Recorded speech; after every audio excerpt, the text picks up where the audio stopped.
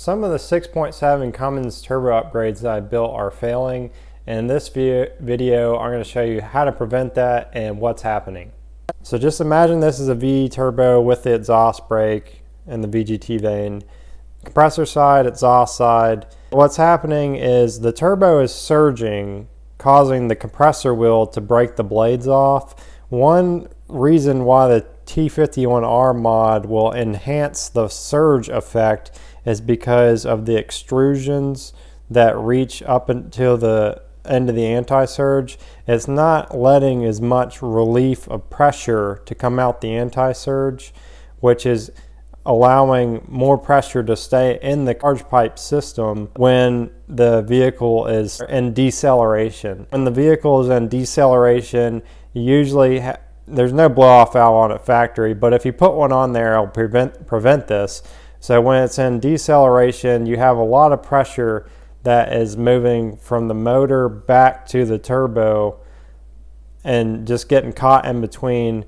So that pressure is relief through the anti-surge to prevent the compressor blades from getting ripped off. The reason this is getting enhanced so much is because the exhaust brake cuts on. It's restricting the flow to the turbine wheel, causing it to spool up. And that's increasing the pressure on the cold side. And with a normal turbo or a stock turbo, this wouldn't be a big deal. But because we have a bigger compressor wheel on this side, it's increasing the pressure even more to the point where it's destroying itself, either ripping the compressor blade apart or breaking the shaft in half if you keep driving it that way. Another way that would increase and enhance it, make it even worse, is if you have the exhaust brake on and in addition to that, you're geared really low, causing the engine to be at high RPM with maximum airflow, spooling up the turbine wheel even more, which is going to come back to this side and increase the pressure even more, which is going to eventually rip the compressor blades off. I've only had this happen 3 times over the last 5 years. It's actually been kind of more recent, I guess. I built one for one guy about 8 months ago. Well, it's probably, yeah, it's like a year ago now.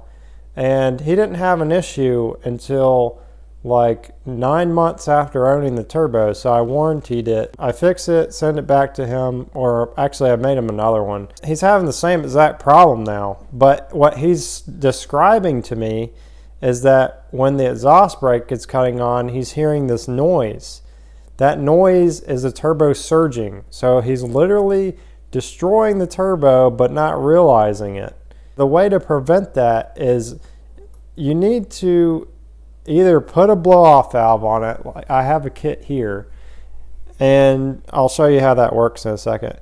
You can put the blow-off valve on there, or you could gear a little bit higher up so you don't have as much airflow running through and spooling this turbine up.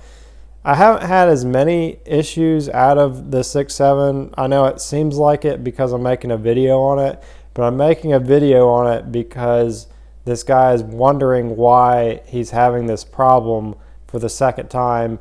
And I also had another guy that had this problem too. So far, I've only had 3 people that have issues. So here's a blow-off valve kit I bought because I wanted to see if I can make it work on my truck. This would be a cheap way to do it, put a blow-off valve on the 6.7 Cummins.